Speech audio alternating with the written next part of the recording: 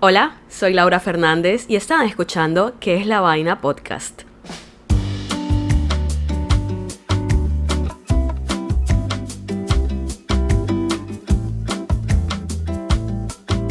Hola amis, ¿cómo están?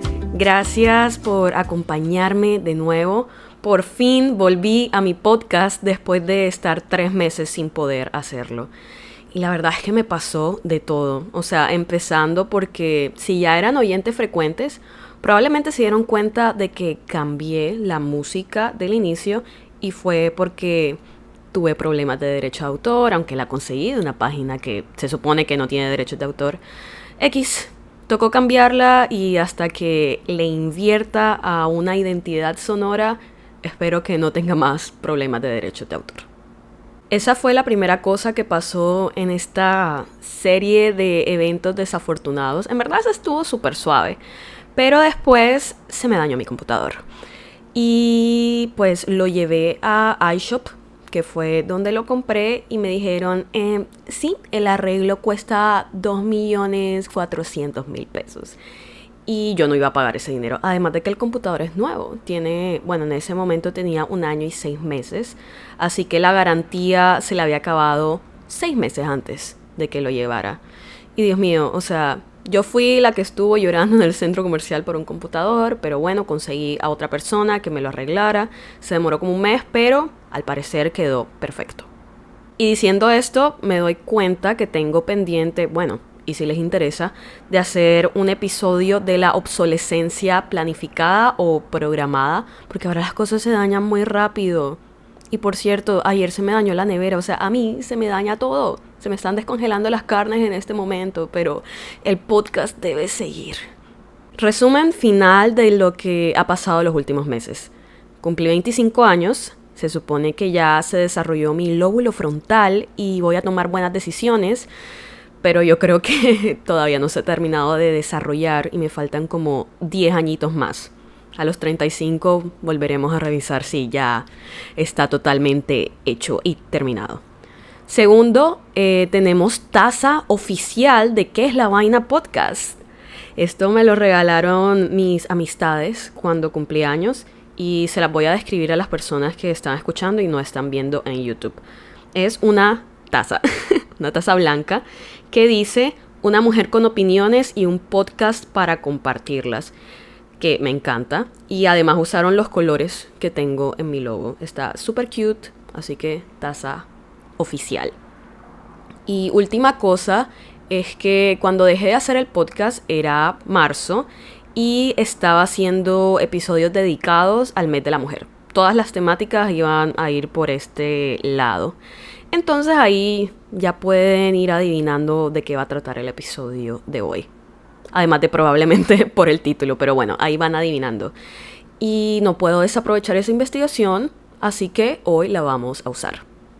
Si me han acompañado desde el inicio, ya saben que a mí me encanta la historia y saber cómo llegamos a ser la sociedad que somos actualmente. Por eso siempre estoy como revisando mis alrededores y mis principales víctimas son mi familia y mis amigos. Los voy a contextualizar. Para los que me conocen ya saben que yo estoy rodeada de personas que hacen parte del campo de la salud. Mi papá es ginecólogo, mi mamá es ortodoncista, mi hermana es médico y yo decidí que la mejor contribución que le podía hacer a la sociedad era sacarle sonido a una caja de madera que me pongo en el cuello. O sea, ser violinista en otras palabras. Que por cierto, acabo de terminar mis estudios universitarios y sí, en serio, estudié música. O sea, muy realmente fuera de chiste.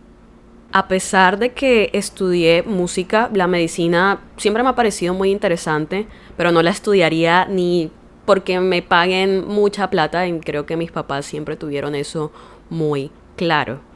Aún así, viendo en general la carrera de medicina, me doy cuenta que en su historia, al igual que en la música y en otras carreras, no se suelen mencionar a muchas mujeres.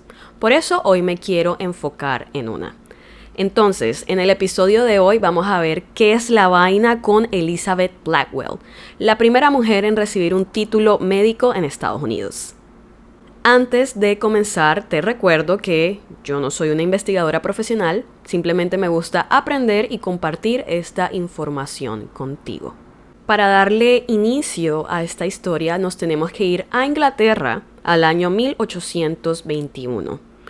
Y también me estoy dando cuenta que me gusta hablar mucho del siglo XIX, les prometo que no es a propósito, es algo que simplemente me pasa. Bueno, en este año, 1821, recordemos, en Bristol, Inglaterra, Hannah y Samuel Blackwell tienen a su hija Elizabeth, que era la tercera de 9 hijos.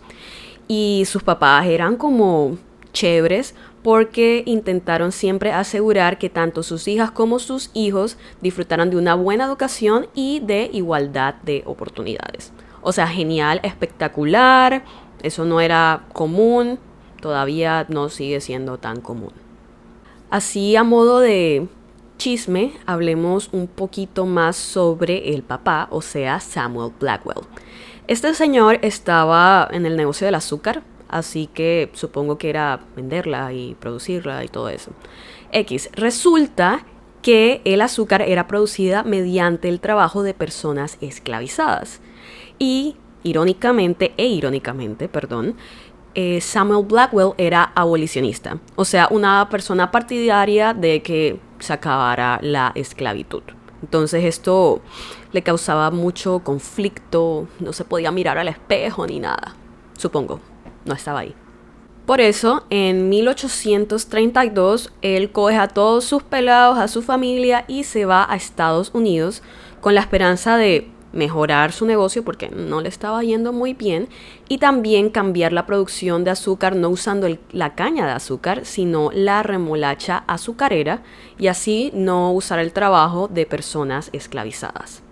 Also, ¿cuántos años tenías cuando te diste cuenta que podemos obtener azúcar de la remolacha? Pero al parecer sí lo hacemos y de forma industrial. Viajamos un poquito adelante en el tiempo y Elizabeth ya tiene 17 años y resulta que su papá muere y deja a su familia en una situación económica un poco complicada. Entonces Elizabeth y sus 2 hermanas mayores son súper echadas para adelante y deciden fundar un colegio solo para niñas para mantener a su familia mientras los hermanos menores crecían. Y vieron, por esto era importante que los papás insistieran que la educación tanto de sus hijas y sus hijos era igual de importante. Así es como Elizabeth Blackwell empieza a dedicarse a la educación que, by the way, era de las pocas carreras que una mujer podía tener en la época, además de ser enfermera. Pero ella sentía que le faltaba propósito, que tenía que hacer algo más. Y justo una de sus amigas estaba sufriendo de cáncer. Y le dice a Blackwell que gran parte de su sufrimiento lo podría haber evitado si lo hubiese tratado una médica, una mujer, una doctora. Entonces, esto claramente la marcó. Imagínate que una amiga que tenga cáncer te diga eso. O sea, wow, qué fuerte. Y Elizabeth quedó como que, amiga, no se diga más. Encontré mi propósito. Voy a estudiar medicina. Acá es cuando nos encontramos con nuestro primer problema. Y era que Blackwell era un poquito asquienta. Le daba asco todo lo que tuviese que ver con el cuerpo, pero ella estaba determinada. Y lo sabemos por lo que escribió en su diario, que decía: mi mente está completamente decidida. No tengo la menor duda al respecto. Estoy decidida a seguir adelante con el estudio exhaustivo de la medicina. Los horrores y disgustos no tengo duda de vencerlos. He superado disgustos más fuertes que cualquiera de los que quedan ahora y me siento plenamente a la altura de la contienda. En cuanto a la opinión de la gente, personalmente, me importa un comino. ¡Qué reina! Así es como tenemos que pensar. Blackwell empezó a aplicar a varias universidades en Filadelfia y en Nueva York en 1847 y no solamente la rechazaron, sino que hasta se rieron en su cara porque una mujer obviamente no podía estudiar medicina. Todos sabemos que nuestro ovario izquierdo no nos los permite, obviamente. Y no sé quién era el señor que se le rió en la cara, pero oficialmente lo odiamos. Otra persona también le sugirió que se vistiera de hombre e intentara estudiar medicina no en Estados Unidos, en París. pero eso no le gustaba, no era lo que quería hacer. Amis Blackwell no se rindió a pesar de los rechazos. Es más, aplicó a 12 universidades más perseverante que tú y yo sí era. Y como el que persevera alcanza, creo que así es el dicho, logró ser aceptada en el Geneva Medical College. Pero la aceptación ahí fue un poco rara, porque el decano de medicina lo que hizo fue que todos los estudiantes, obviamente todos hombres, votaran para decidir si ella podía estudiar ahí o no. Algunas personas dicen que el decano hizo esto como un chiste, como jaja, una mujer quiere estudiar medicina, pero entre chiste y chiste la aceptaron para estudiar y estaba en camino a convertirse en una doctora. Entonces listo, ya está estudiando, dándola toda, y de repente cuando tenía que ir a una clase de anatomía, porque como que los médicos tienen que aprender de anatomía, yo sé, esto es un pensamiento full controversial, pero cuando iba a ir a esa clase, sus compañeros le dijeron que no, y profesores también, que no tenía que ir, una mujer no podía ver cosas como esas, pero ella dijo como que obviamente voy a ir. O sea, imagínense ustedes que los atienda un médico que no sabe de anatomía. ¿Tú confiarías en ese médico? No, y estoy segura que Blackwell lo sabía. Además de los comentarios que le tocaba aguantar de sus compañeros y de sus profesores, resulta que las personas de la ciudad donde estudiaba también obviamente tenían muchos pensamientos y comentarios y decían que era una mala mujer y una demente, simplemente por estudiar medicina. Obvio ahí no terminaron los problemas. También pasaba que Blackwell, cuando estaba en 3 semestres, trabajaba en una enfermería porque, ustedes saben, salario de estudiante universitario, ingresos de estudiantes universitarios son nulos normalmente. Pero bueno, trabajaba en una enfermería donde los doctores decidieron que era su momento de comportarse como niños de jardín. ¿Qué hacían? Cuando Blackwell entraba a un cuarto, ellos todos junticos se salían porque no les parecía que una mujer trabajara ahí. Ella siguió estudiando, se graduó como una de las mejores de su clase, se ganó el respeto de sus grandiosos compañeros y maestros y así se convirtió en la primera mujer en graduarse de medicina en Estados Unidos. Después de graduarse, decidió que quería ir a Francia para ejercer allá y tú sabes ya que le dijeron que no la aceptaron por ser mujer, entonces decidió buscar trabajo como enfermera y la aceptaron en La Maternité. No juzguen mi francés inexistente, por favor. Y ahí empezó a trabajar pues para seguir aprendiendo y poner en práctica lo que aprendió. Pero obviamente a esta mujer le pasan muchas cosas, así que obviamente le pasó algo. Ella estaba atendiendo a un bebé, así normal, casual, y resulta que el bebé tenía oftalmia purulenta, oftalmía, no sé cómo se dice, no me juzguen, que es una conjuntivitis que le da a los recién nacidos. Yo no sabía que una conjuntivitis podía ser tan grave, o sea, una vez me dio, fue incómodo, pero dale, listo. Pero al parecer sí puede ser full grave, porque el bebé se la pegó a Blackwell y perdió la visión en un ojo. Y más adelante le tuvieron que quitar el ojo.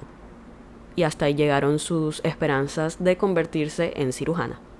Como nuestra amiga no se queda quieta, ni siquiera después de ese incidente, se fue de París a Londres y ahí los médicos la trataron mucho mejor, bueno, la mayoría, y empezó a tener éxito.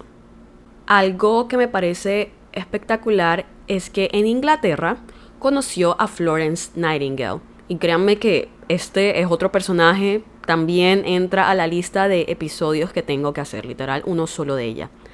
Florence Nightingale es considerada la precursora de la enfermería contemporánea. Y es tan importante que el Día de la Enfermería se celebra en su cumpleaños. El cuento es que se hicieron amigas y gracias a Nightingale, Blackwell tuvo su despertar a que la sanidad era el objetivo supremo de la medicina, su fundamento y su corona. Les explico.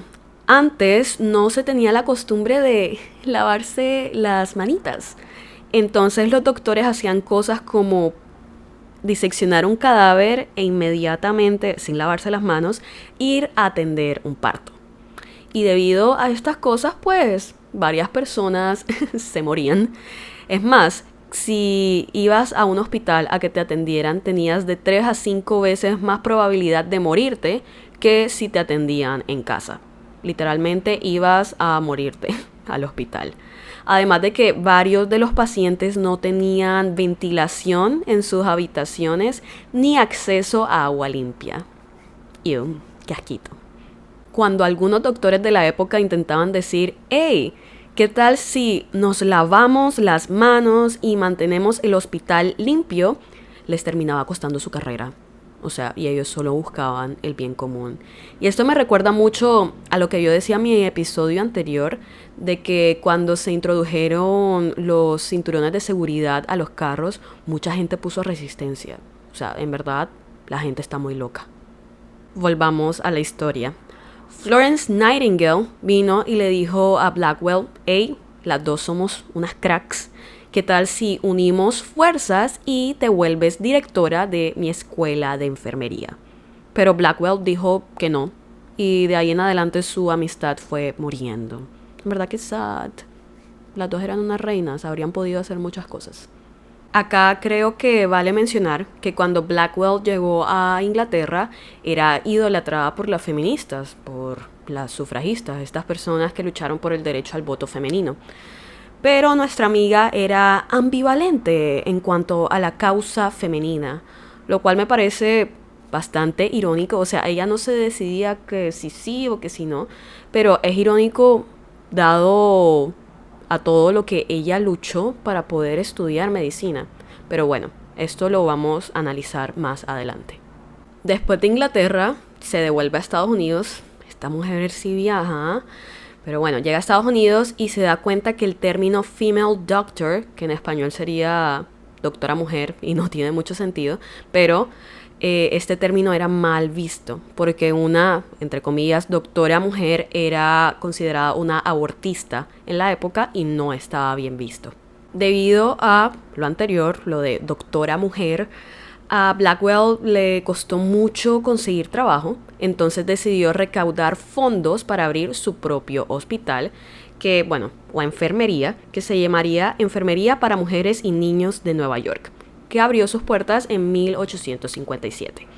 Acá la apoyó su hermana Emily, que también estudió medicina, y una doctora polaca que no me atrevo a decir su nombre porque lo voy a decir exageradamente mal, así que lo dejo en pantalla.